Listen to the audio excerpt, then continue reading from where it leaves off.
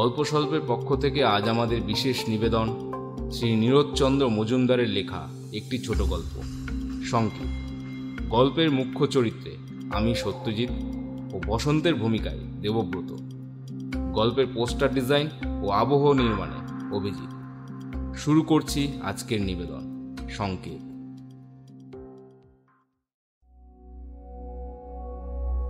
বসন্তের চিঠি পেয়ে অবাক হয়ে গেলাম। ঘুরতে ঘুরতে আড়া জেলার এক কোণে গিয়ে সে আস্তানা পেতেছে এক বিরাট পোড়ো বাড়িতে। সে লিখেছে, ভাই নিখিল, অবশেষে ঘোরাঘুরি অন্ত হলো বোধহয়। ঠিক যেমনটি চাই তেমন একখানি বাড়ি পেয়েছি। বাকি দিনগুলো এখানেই শান্তিতে কাটিয়ে দিতে পারবো মনে হয়। বাড়িটার কিছু কিছু রোজই ভেঙে পড়ছে, তবুও দোতলায় খানচারেক ঘর এখন যা আছে, আমার চেয়ে তাদের পরমায়ু বেশি এমনটাই আশা রাখি। সেগুলোতেই আমি সংসার পেতেছি। একখানাতে শুই, একখানাতে লেখাপড়া করি, আর একখানা দিয়েছি 3 কোটির মাকে রান্না বান্নার জন্য। চতুর্থ কামরাটা তোমার জন্য গুছিয়ে রেখেছি। যত শিগগিরই পারো তুমি চলে এসো। কিন্তু জানো এবারের ইতিহাস? এটা ছিল রাজবাড়ি। 1857 সালে যখন প্রথম স্বাধীনতা যুদ্ধ হয়, তখন এ বাড়ির মালিক বীরের মতন লড়াই করেছিল ইংরেজদের বিরুদ্ধে। তার নাম কুমার দলপত সিং। তেজি মানুষ ছিলেন। নানা সাহেবের দরবারে রীতিমতো খাতির ছিল তার। যুদ্ধে যখন হার হলো, কুমার বাহাদুর কানপুর থেকে পিছিয়ে এলেন। কাশী, পাটনা, ছাপড়া সর্বত্রই তার কলিজার রক্ত ঝরেছিল কিছু কিছু। অবশেষে সাদা জাতের শাসনে কবরের শান্তি প্রতিষ্ঠিত হলো গোটা দেশে। দলপত সিংয়ের নামে হুলিয়া বেরোলো। যে তাকে ধরিয়ে দেবে 10,000 টাকা পুরস্কার পাবে। নিজের জেলাতেই গা ঢাকা দিয়ে এদিক ওদিক ঘোরাফেরা করতেন কুমার বাহাদুর।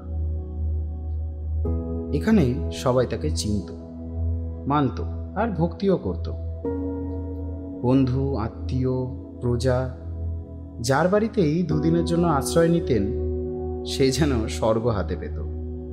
সাবধানে তাকে লুকিয়ে রাখত আর প্রাণপণে তার সেবা করত। মোটের ওপর খুব বেশি কষ্ট তিনি পাননি। ইংরেজের চরকে ফাঁকি দিয়ে বেশ নিরাপদে দিন কাটাচ্ছিলেন তিনি। অবশেষে বিনা মেঘে বজ্রপাত হল।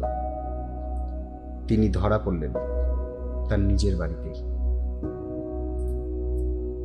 বহুদিন পরে দলপত সিং এসেছিলেন স্ত্রী ও পুত্রকে দেখার জন্য। আরও 2-1 এমন এসেছিলেন, কিন্তু তখন কোনো বিপদ হয়নি। কিন্তু এবার হলো। তারই খুড়তুতো ভাই মহিনুর তেতলার জানলা থেকে একখানা কালো কাপড় ওড়ালো কমিউনিট। অদূরে বটগাছে ইংরেজের চর লুকিয়ে এই সংকেতের প্রত্যাশায়। সেই রাত্রেই সাদা পল্টন এসে বাড়ি ঘেরাও করল। দলপত সিংকে টেনে পার করে তার বাড়িতেই তাকে হত্যা করল। তারপর থেকে রাজবাড়ি শ্রীহীন।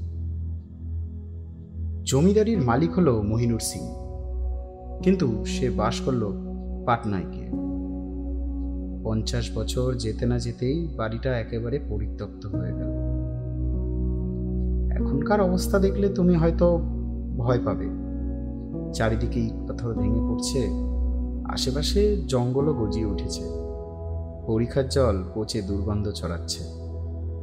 কিন্তু পরিখার বাইরে নতুন কলোনি গজিয়ে উঠেছে একটা, যে মাঠে একদিন দলপত সিং 2000 সেপাইকে কুচকাওয়াজ করাতেন। তার বুক চিরে লাল সুরকির রাস্তা চারিদিকে ডালপালা ছড়িয়ে দিয়েছে, আর তাদেরই গায়ে গায়ে মাথা তুলেছে পাকিস্তানি উদ্বাস্তুদের ঘরবাড়ি। প্রধানত ধনী লোকদেরই কলোনি এটা। এখানে বিজলিবাতি পর্যন্ত এসছে। মোটর হর্ন আর রেডিওর রাগিনী সর্বদা শুনতে পাওয়া যায় আমাদের ভাঙা বাড়ির দোতলা থেকে।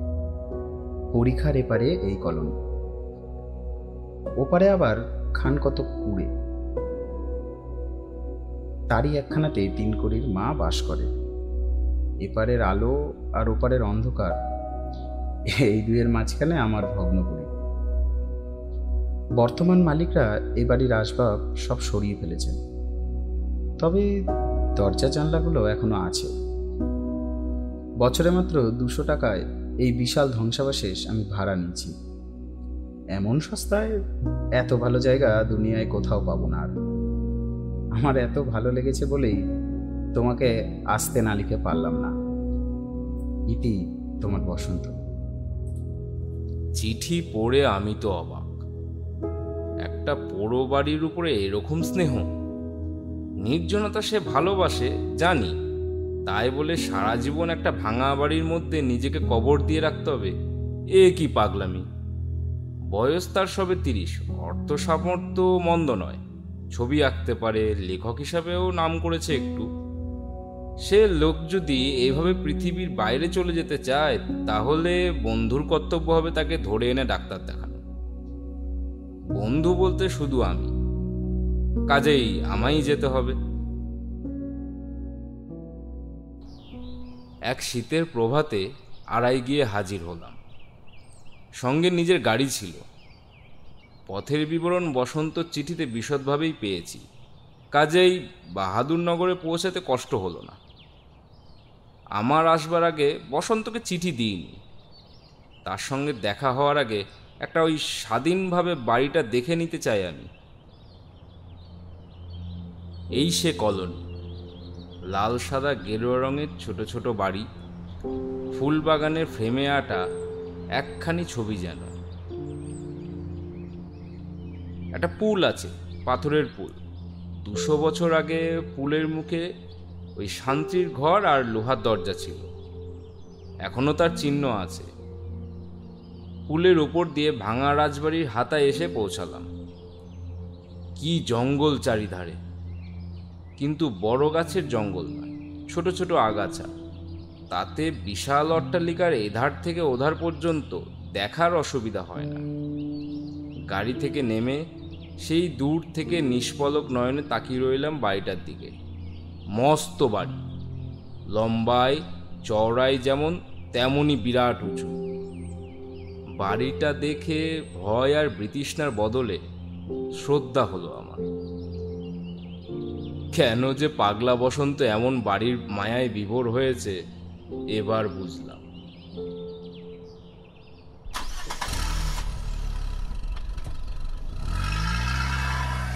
মোটর নিয়ে খানিকটা এগিয়ে গেলাম বাড়ির দিকে। বসন্ত আওয়াজ পেল বাড়ির ভেতর থেকে। জানলাতে তার মুখ দেখা গেল একবার, তারপর নেমে এসে আমায় একেবারে বুকে জড়িয়ে ধরল। গাড়ি রাখবার জায়গার অভাব নেই। বসন্ত আমায় আস্তাবলে নিয়ে গেল। একসময় 500 ঘোড়া থাকতো এই আস্তাবলে। বাড়ির তুলনায় এটা বেশ ভালো অবস্থাতেই আছে। সেখানে গাড়ি রেখে বাড়ির ভেতরে ঢুকলাম। প্রথমেই সিংহদ্বার, মোটা লোহার পাতে মোড়া জবরদস্ত কাঠের দরজা। তার ডানে বায়ে মাথার উপরে তেতলা সমান উঁচু পাথরের দেওয়াল। ভিতর থেকে যদি সিংহদ্বার বন্ধ করে দেওয়া যায়, কারো সাধ্য নেই বাড়িতে ঢুকবে। সিংহদ্বারের পর একটা ঘর, দরবার ঘরের মতো। বহু স্তম্ভের মাথায় নকশা করা ছাদে কিয়দংশ এখনো বর্তমান। ভাঙা দিকটা দিয়ে চওড়া পাথরের সিঁড়ির উপর দিয়ে উঠে গিয়েছে। সিঁড়ির পাশে একসময় কাঠের রেলিং ছিল, তার চিহ্ন এখনো আছে। বসন্ত বলল, বাড়ির মালিকরা রেলিংগুলো খুলে নিয়ে বিক্রি করে দিয়েছে। সিঁড়ি চওড়া, রেলিং না থাকলেও গড়িয়ে পড়বার আশঙ্কা নেই। দোতলায় উঠে অনেক ভাঙা চোরা দালান আর কামরা পেরিয়ে বসন্ত নিজস্ব ঘরগুলির পাত্তা পাওয়া গেল। এগুলি রীতিমতো পরিচ্ছন্ন। পাথরের দেওয়াল কোথাও একটু চির খায়নি। গায়ে রাবণ বধের ছবি এঁকেছিল কোনো এক শিল্পী সেই শরণাতীতকালে।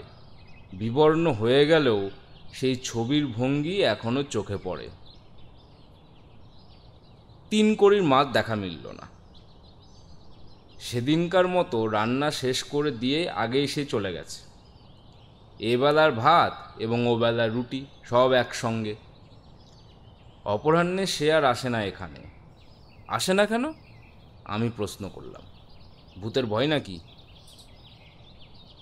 ভূত না ছাই, ভূত নেই। বসন্ত যেন লজ্জায় মাটিতে নুয়ে পড়ল। একটা ভূত না থাকায় বাড়িটা মর্যাদাহানি হয়েছে। বিরাট ভাঙা বাড়ি, যে দেখবে সেই ভাববে যে এখানে একটা কলোনি আছে ভূতের। কিন্তু আমার দুর্ভাগ্য, এই 1 বছরের মধ্যে ভূতের টিকিও দেখি। যদিও বাড়িতে আমি একাই বাস করি। ভূত নেই এ কথার মানে? সে দলপত সিংয়ের কি হলো? সে ভদ্রলোকের যখন অপঘাত মৃত্যু হয়েছিল এ বাড়িতে, তখন ভূত না হয়ে তিনি যাবেন কোথায়? বসন্তর মুখ হঠাৎ গম্ভীর হলো। সে জিভ কামড়ে বলল, কুমার বাহাদুর পুণ্যাত্মা লোক ছিলেন, একেবারে বীর এবং সৎ। অপঘাতে মৃত্যু হয়েছিল, সেটা তার দোষ নয়। তিনি মৃত্যুর সঙ্গে সঙ্গেই স্বর্গে চলে গেছেন। ভূত হয়ে পৃথিবীতে ঘুরতে হবে কেন? আমিও নাছোড়বান্দা।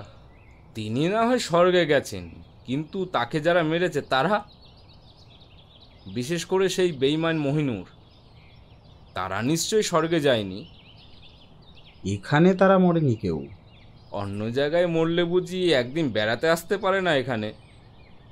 হাজার হলে তো এই বাড়িটা তাদের কীর্তির অকুস্থান।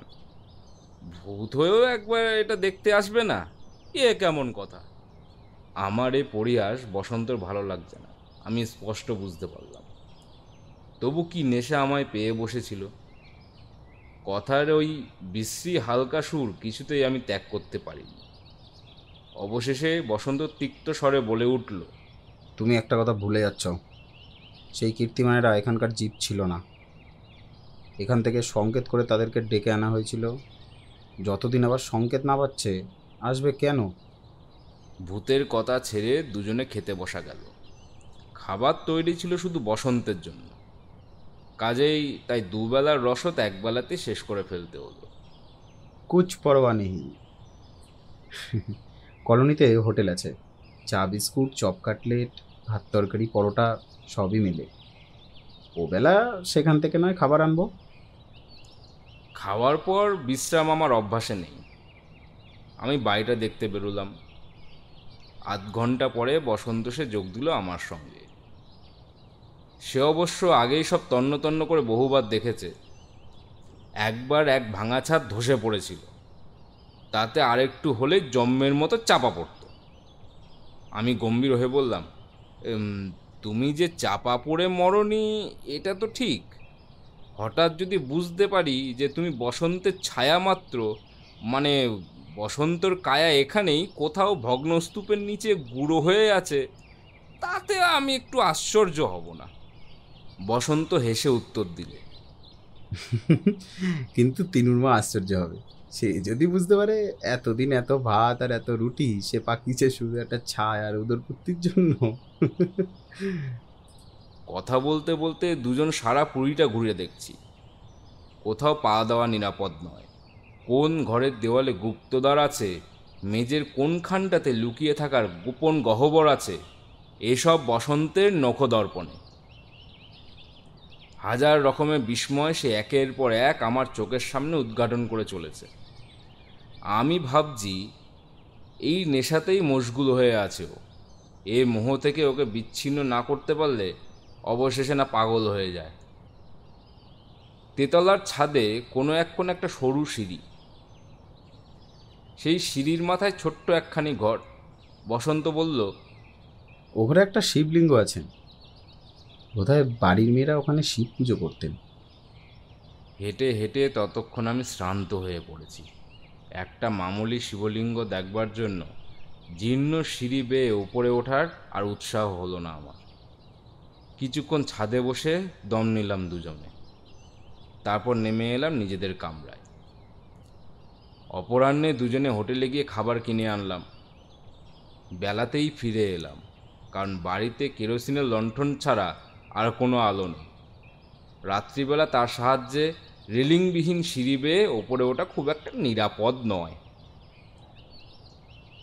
সিংহদ্বারে অর্গল লেটে দুই বন্ধু যখন দোতলায় উঠলাম তখনও সূর্যাস্ত যায়নি।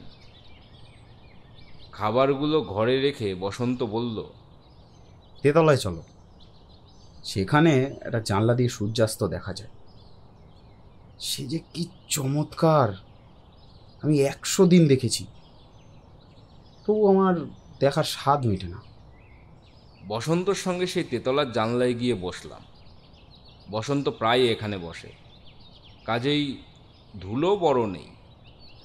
সত্যি অপূর্ব দৃশ্য। খানকত খোলার ঘর, মাঠে ইতস্তত ছড়ানো। বসন্ত বলল, তারই একটাতে 3 কড়িমা বাস করে। সেই কুড়েখানার প্রায় 100 হাত পিছনে একটা প্রাচীন বটগাছ, তার পিছনে একটা ঝিল। সেই ঝিলের জলে সূর্য অস্ত যাওয়ার রক্তরশ্মি ছড়িয়ে পড়েছে, যেন আবিরের মতো। আকাশ আর পৃথিবীতে একটানা লাল রঙের সমারোহ। বুড়ো বটের ডালে এই শীতের দিনে পাতার বাহুল্য বিশেষ ছিল না। ন্যাড়া ডালগুলো মনে হচ্ছে যেন লালের পটভূমিতে সরু মোটা কতগুলো আঁকাবাঁকা কালির আঁচড়। দুজনে বসে আছি পশ্চিম আকাশের পানে তাকিয়ে। হঠাৎ একখানা পা তুলে দিলাম সেই বেদির উপরে। পায়ের শব্দটা জোরেই হলো, আর সেই শব্দ শুনে আমরা দুজনেই উৎকর্ণ হয়ে উঠলাম। ফাঁফা জায়গায় আঘাত করলে যেরকম শব্দ হয়, এ শব্দ সেরকমই। আমি সকৌতুকে বললাম, বাড়িটার কোথায় যে কত গর্ত আর সুড়ঙ্গ আছে, তুমিও তো এতদিনে আবিষ্কার করতে পারোনি। এখানটাতেও কিছু আছে নিশ্চয়ই।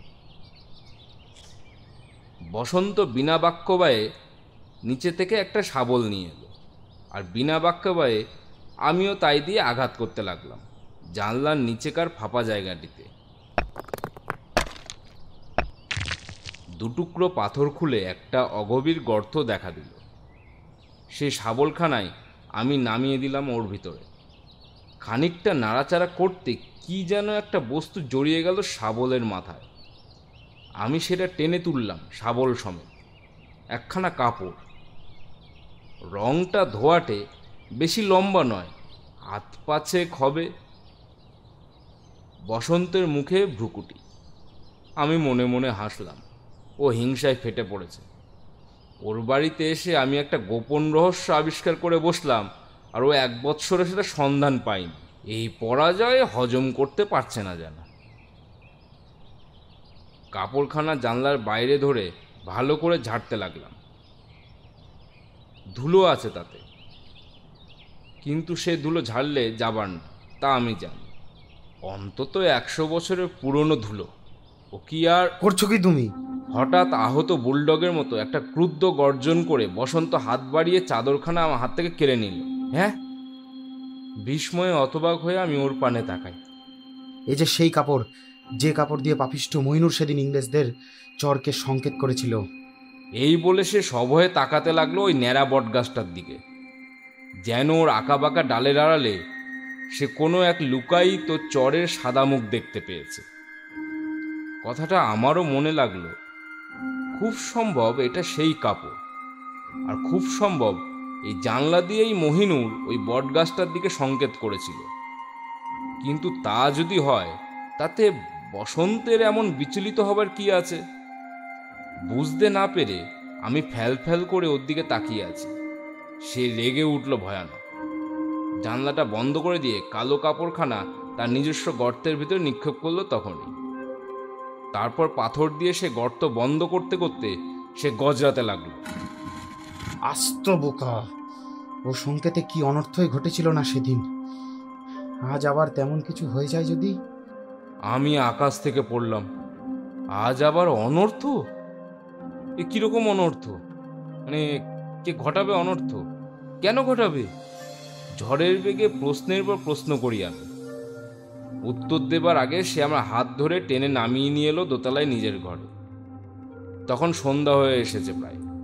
ম্লান গোধূলির আলোয় সিংহদ্বারের দিকে তাকিয়ে সে বলল মৃদু কণ্ঠে, ওই দৌড় খুলে আমরা পালাই, চলো, এখনো সময় আছে।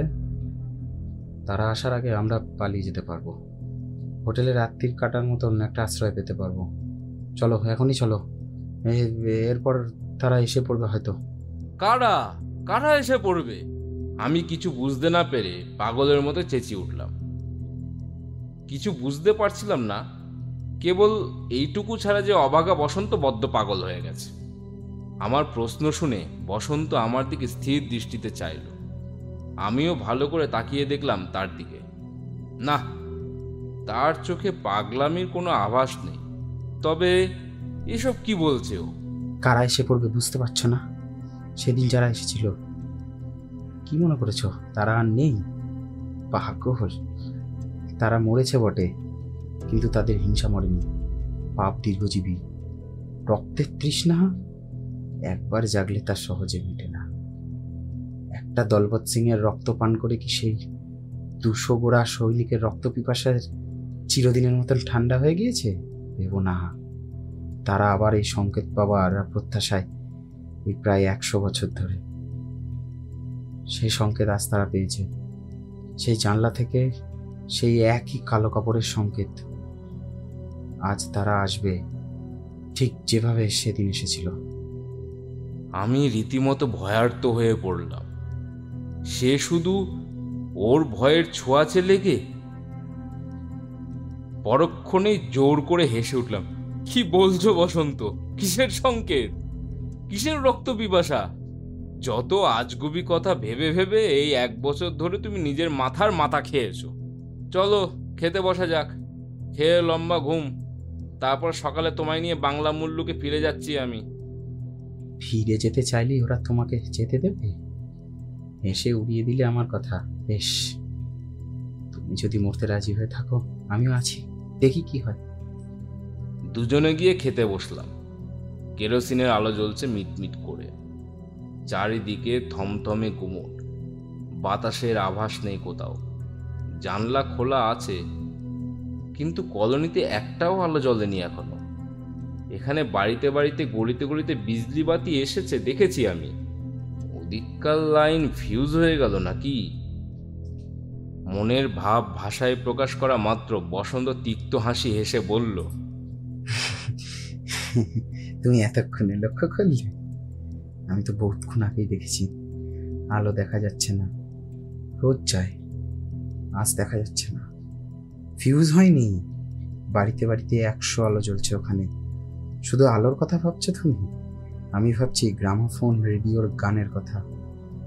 রোজ প্রতি বাড়ির থেকে আওয়াজ পাই, আজ পাচ্ছি না। এসবের মানে মানে বাইরের পৃথিবী থেকে এই বাড়িটাকে বিচ্ছিন্ন হয়ে গেছে, বিচ্ছিন্ন করে দিয়েছে ওরা। ওই বাইরে দেখেছো, ওই জমাট অন্ধকার দেওয়াল? ও অন্ধকার এই পৃথিবীর নয়, প্রেত লোকের। আমি চকিতে স্তব্ধ হয়ে বসে লাফিয়ে উঠলাম। বসন্ত হাত ধরে তাকে তুলে বললাম, চলো আমরা এখনই বেরিয়ে যাব। তুমি যা বলেছিলে হোটেলে রাত কাটাবো আজ।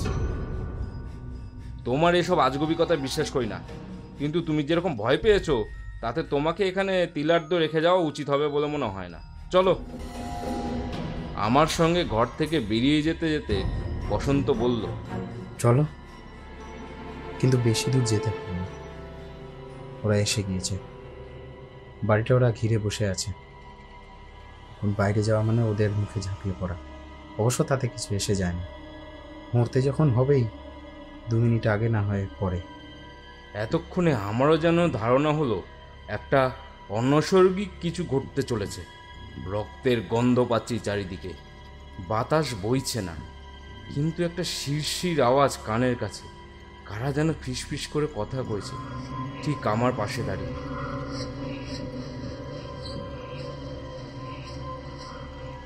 একটা অসীম প্রভাব বিশাল পাষাণপুরি গিলে ধরেছে যেন।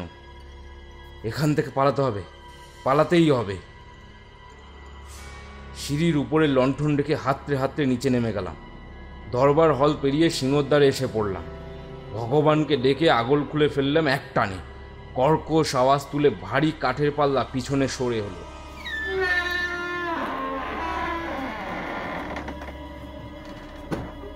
দরজা খোলা, এবার এগিয়ে গেলেই হয়। তা হয় না, এগিয়ে যেতে চাইলেই যাওয়া যায় না। সেই অন্ধকারের দেওয়াল, সেটা সত্যি নিরেট তা কে জানতো। এক পা অগ্রসর হলেই আরেক দেওয়ালে ধাক্কা খাচ্ছি, ঠিক যেন একটা কালো পাহাড় আমাদের পথ আটকে দাঁড়িয়ে। বসন্ত চুপি চুপি বলল, দেখছ, যাবার পথ নেই। হৃৎপিণ্ড দুকদুক করছে কিনা ভালো বুঝে উঠতে পারলাম। সে বিষয়ে যখন আশ্বস্ত হলাম, তখন একবার তীক্ষ্ণ দৃষ্টিতে তাকিয়ে দেখলাম সেই অন্ধকার প্রাচীরের দিকে। প্রাণপণে চেষ্টা করতে লাগলাম ওর মর্মস্থল ভেদ করে পরপারে দৃষ্টি প্রেরণ করার জন্য, কিন্তু না। যেমন করে ধাক্কা খেয়ে আমাদের দেহ ফিরে এসেছিল, ঠিক সেইভাবে ধাক্কা খেয়ে দৃষ্টিও যেন পিছনে পিছিয়ে যাচ্ছে। কি করব ভেবে ঠিক করতে না পেরে হতভম্বের মতো তাকিয়ে আছি ওই আধারের প্রাচীরের দিকে।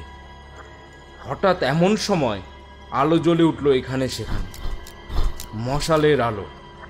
সে আলোর রংটা নীলাচে, আলোর সংখ্যা ক্রমেই বেড়ে যাচ্ছে। সেই আলোয় ঝকমক করে উঠছে শত শত ইস্পাতের ফলা। ওগুলো তলোয়ার, না কিরিচ, না বর্ষা। অস্ত্রের পিছনে সাদা সাদা মুখ যেন অস্পষ্ট দেখা যাচ্ছে অনেকগুলো। হঠাৎ পুরুষ কণ্ঠে ইংরেজি শব্দে কানে এলো, মার্চ। সেই আলো অন্ধকারের নিরেট দেওয়াল হঠাৎ যেন জ্বলে উঠে আমাদের দিকে এগিয়ে আসতে চায়। আমি বসন্তের হাত ধরে সিংহদ্বারের এই পিঠে পিছিয়ে বিদ্যুতের মতো ক্ষিপ্র হস্তে অর্গল এঁটে দিলাম। আর সেই মুহূর্তে ও পিঠে যেন হাজারটা দানব একসঙ্গে চিৎকার করে উঠল দারুণ আক্রোশে। ছোট ছোট দরবার পেরিয়ে সিঁড়ি বেয়ে দোতলা, কিন্তু ঘর কোথায়? সিংহ দরজায় প্রচণ্ড আঘাত পড়ছে মুহুর্মুহু, যেন 10টা হাতি ছুটে এসে হুমড়ি খেয়ে পড়েছে ওর উপরে। এ আক্রমণ সহ্য করে শতাব্দীর পুরাতন কাঠের দরজা কতক্ষণ খাড়া থাকবে? প্রলয় কোলাহল চারিদিকে, ইংরেজি ভাষায় নারকীয় তর্জন, নানান রকম চিৎকার আর শাসানি। ওই ভাঙল সিংহদ্বার। আর উপায় নেই, এবার মৃত্যু। বসন্ত আমার হাত ধরে তেতলার দিকে ছুটল। জিজ্ঞাসা করলাম, কোথায়? আর কোথায়, চলো তেতলার ছাদে। যতক্ষণ বাঁচি চেষ্টা করতে হবে, যদি সেখানে না যাই। কেন যাবে না? ওই যে দোতলার সিঁড়িতে ধুপ ধুপ পায়ের শব্দ।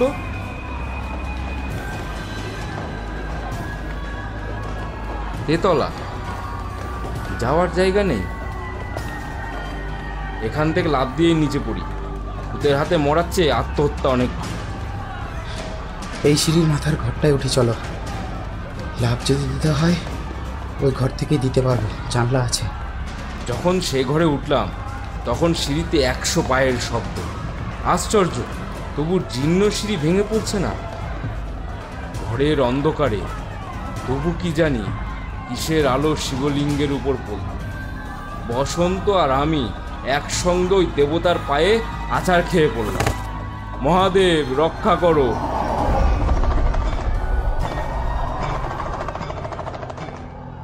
তারপর দুজনেই অজ্ঞান হয়ে পড়ে গিয়েছিলাম বোধ হয়। যখন জ্ঞান হলো, তখন প্রভাতে রৌদ্র এসে পড়েছে আমাদের মাথায়। দুজনে দুজনের মুখের দিকে তাকায়। স্বপ্ন? না, স্বপ্ন নয়। সমস্ত বাড়ি লণ্ডভণ্ড হয়ে গেছে এক রাতে। দরজা জানলা উপড়ানো। আমাদের খাট বিছানার পরীক্ষার জলে ভিজে চপচপ করছে। সবচেয়ে সর্বনাশ, মোটর গাড়ি একেবারে চূর্ণ বিচূর্ণ। নিচ থেকে হাত জোর করে শিবলিঙ্গকে প্রণাম জানিয়ে আমরা দুজনে ধরাধরি করে বেরিয়ে পড়লাম বাড়ি থেকে। খুব বাঁচা বেঁচে গেছি। শেষ হলো আজকের গল্প। গল্পটি ভালো লাগলে লাইক ও শেয়ার করুন। পরবর্তীতে আপনারা কি গল্প শুনতে চান কমেন্টে জানাতে ভুলবেন না। সাথে থাকুন, সাবস্ক্রাইবে রাখুন।